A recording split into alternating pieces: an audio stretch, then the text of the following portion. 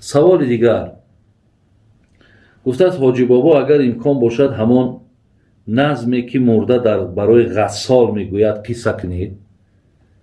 برادر عزیز، من یک زمانهای در مسجد بودم، یک نظمی را خوانده بودم که مقصد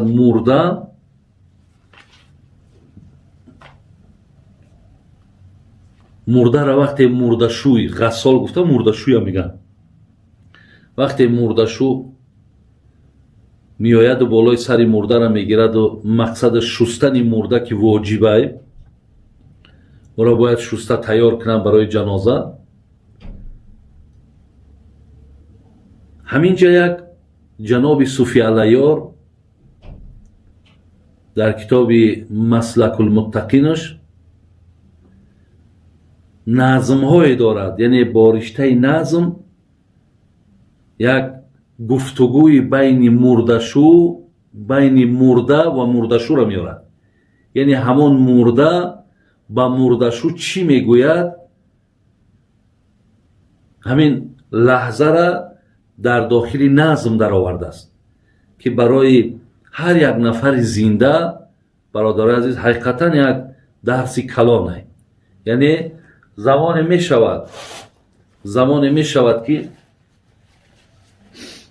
ما و شما هم نیازی به غسال پیدا میکنیم، نیازی به مردشو پیدا میکنیم. امروز بین الله مهربان که جان من داده است، قوت من داده است، خدامون مقصد آب میگیریم، سر بدنمون میشوییم. او روز که دیگر جان در بدنمون نیست، ما نیازی به مردشو پیدا میکنیم. یعنی یک نفر دیگر میآید و ما و شما را میشوید. همون حالتی در که میشوید میگه مرده، همون مرده چند مراجعت دارد به طرف مردشو. یعنی نه تنها به طرف مردشو، اگر گیریم، اگرچه اشارش به سوی مردشو هم که باشد، برای همه این یک درس برادر عزیز و گرامی، اگر خوب اهمیتیمو خوب گوش اندازیم. من پیش از این نظم خواندن در اینجا یک چند حدیث برادر عزیز خواندم که جناب امام احمد و ابن ابی دنیا و حیثمی و سیوطی و اینها که مقصد این حدیث آوردن از جناب ابو سعید خدری، میگد که گفته است پیغمبرمان ان المیت یعرف من یغسلو و من یحملو و من یدلیه فی قبره. در بعضی روایت و من یکفینو ای هم آمده است. پیغمبرمان میگد که مرده نفری که وی میشوید میشناسش، یعنی از نفرهایی باشد که در دنیا وقتی با این مقصد نفر یگان همسایگی داشت، یگان رابطه دوستی داشت، وقتی که همو که به شستن مشغول می شود میشناسش که کی مرا شسته ایستاده است. و من یحملو و میشناسد آن کسی که تابوچه می بردارد و میشناسد آن کسانی که او را در قبر میگذارند و میشناسد آن کسانی که او را کفن میکنند. یعنی از این حالت ها میگه همون برادری گذشته از همه این حالت ها آگاهی داره. پس برادران عزیز میایم به سر همون مراجعتی که مرده به مردشوی داره. مرده در وقت غسل با غسال گوید این حرف با زبان حال، بود مثل تو تر و تازه، قوت داشتم به اندازه، همراه جسم بود جانی من، مدت گفتم این و آنی من، در محلی که کردم و گفتم، بود فکرم عیالم و جفتم، تا که گشتم خراب و بیچاره، ناتوان حال زرد رخساره. می روم بره زیمو باریک، می درایم به خانه تاریک. این همه در مقام می ماند، سری تنهام می فرستانند. آنچه بگذشت وقتی جان دادن، شرح آن را خدای داند. من بعد از این عقوبه هاست پی در پی، می ندانم چی بگذرد در وی. تو که الحال زندگی داری، مؤمنی نام بندگی داری. واقف حال خویشتن باشی، پیش از این که مثل من باشی. گوش باید که بشنود این را، بکند فکر جان شیرین را. چشم باید که عبرتش بیند، بر سر جاده عمل شیند. عقل باید کار فرماید، مرده را بیند و به خود آید. برادران عزیز، این مصرع‌هایی بود که جناب صوفی الله یار یک لحظه که از یک آدم مرده با یک آدم زنده را برای ما و شما بیان کردن. بینید من کم معنا کنم که تا که در ذهنتان با انشاءالله یگان چیز نافهمه باشد فهما شود. میگه مرده میگه با مردشوی با زبان حال میگه، یعنی با او صحبت دارد. چی صحبت؟ میگه بود مثل تو تر و تازه، قوت داشتم به اندازه. چگونه ای که حاضر تو با لکای پاد مقصد راه میگردی، بین یعنی دست و پاد حرکت دارد، قوت داری. فراموش نکن من هم یک روز پیش بود یا یک چند ساعت پیش همین قدرت و قوت تر من هم داشتم. همراه جسم بود جانی من، مدت گفتم این نوانی من. تا زمانی که البته جان در جسمم داشتم، منم مقصد در همین دو تاز بودم و به همون مردشوی نقل کیسته در محلی که کردم و گفتم بود فکرم ایالم و جفتم. گفت برادر عزیز دان که تا همین زمانی که چشم ها پوشیده شید، منم بسته شید، فقط و فقط هوش گوشم در همین زنم بود، در فرزندان بود. مقصد در همین مشغولیت های همین کار بار دنیا بود. تا که گشتم خراب و بیچاره، ناتوان ها زرد رخساره. از حساب همین دوادوی همین دنیا آنقدر خسته شدم، آنقدر مانده شدم، حتی رخساره هام به رنگ زرد تبدیل یافتم. بعد چی میگم؟ میگم می روم بره زیمو باریک، می درایم به خانه تاریک. اکنون خیلی دویدم، خیلی سرگردانی کردم، خیلی مشقت کشیدم. اکو امروز فرصت که تمام شد، الحال میبرنم و در یک خانه تاریک که نامش قبره در همونجا جا میکنم. این همه در مقام میماند، سری تنها میفرستاند. این 60-70 ساله که من خانه مقصد ساختم، ماشین خریدم، خانه و در مقصد تعمیر کردم. ببین چقدر مقصد از مال دنیا جمع آوری کردم.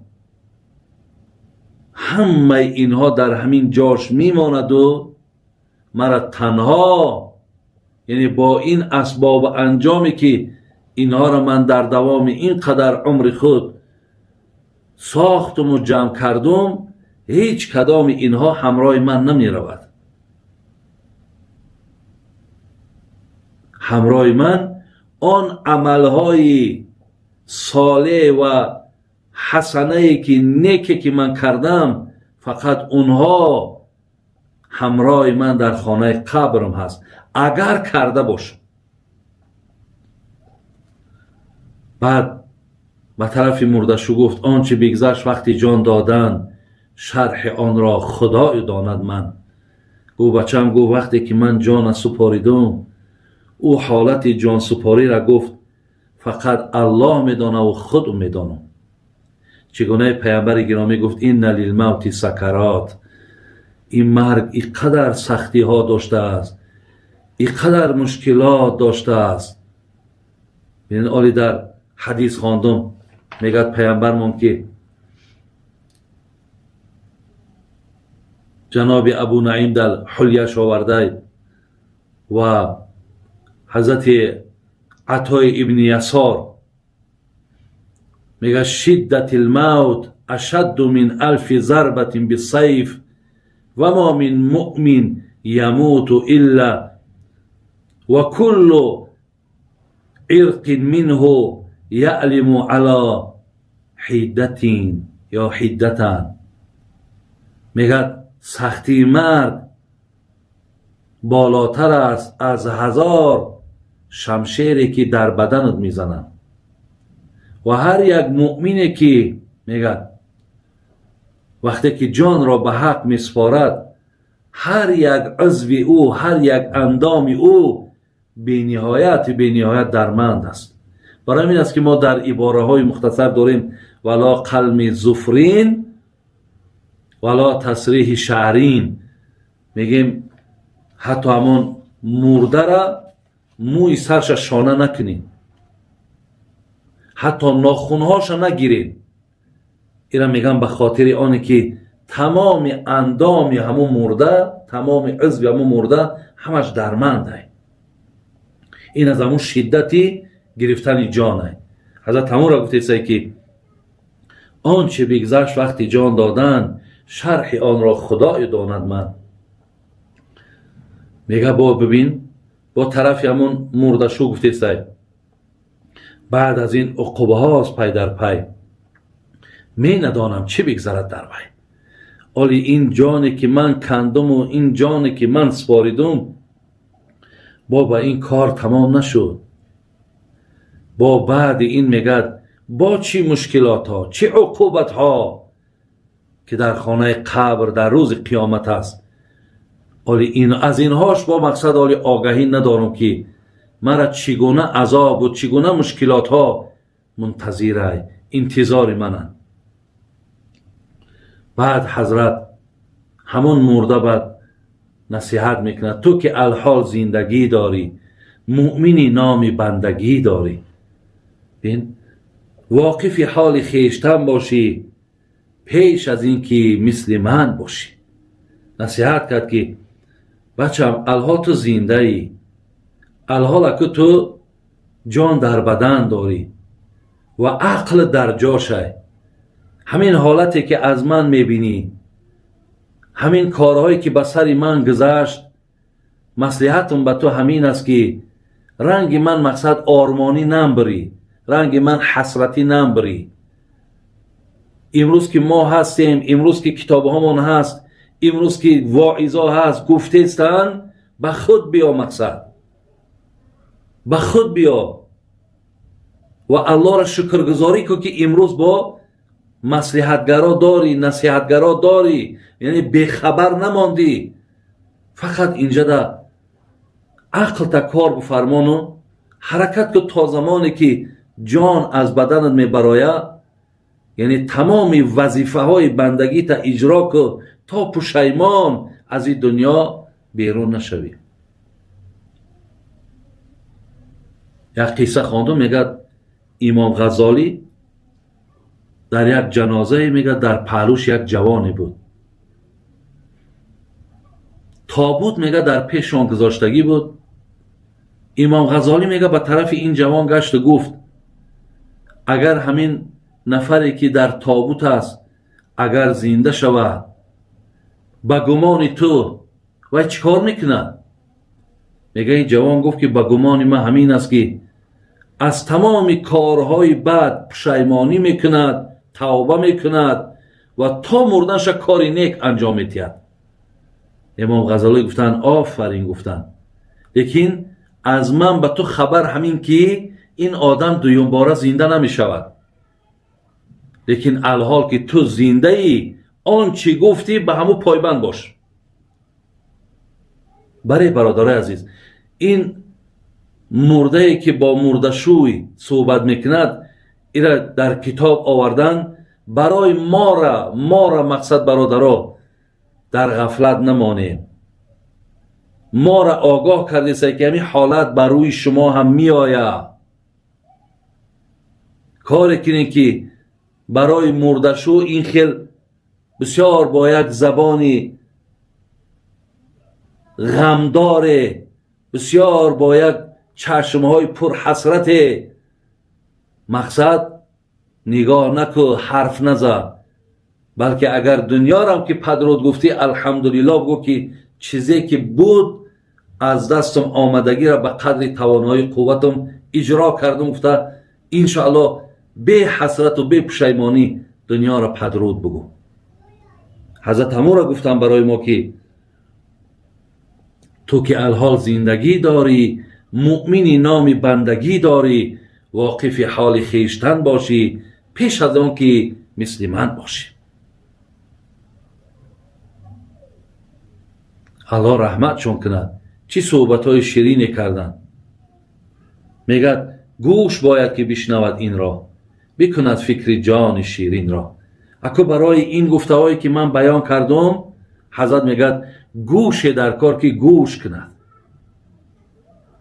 گوشی گوش کننده در کار.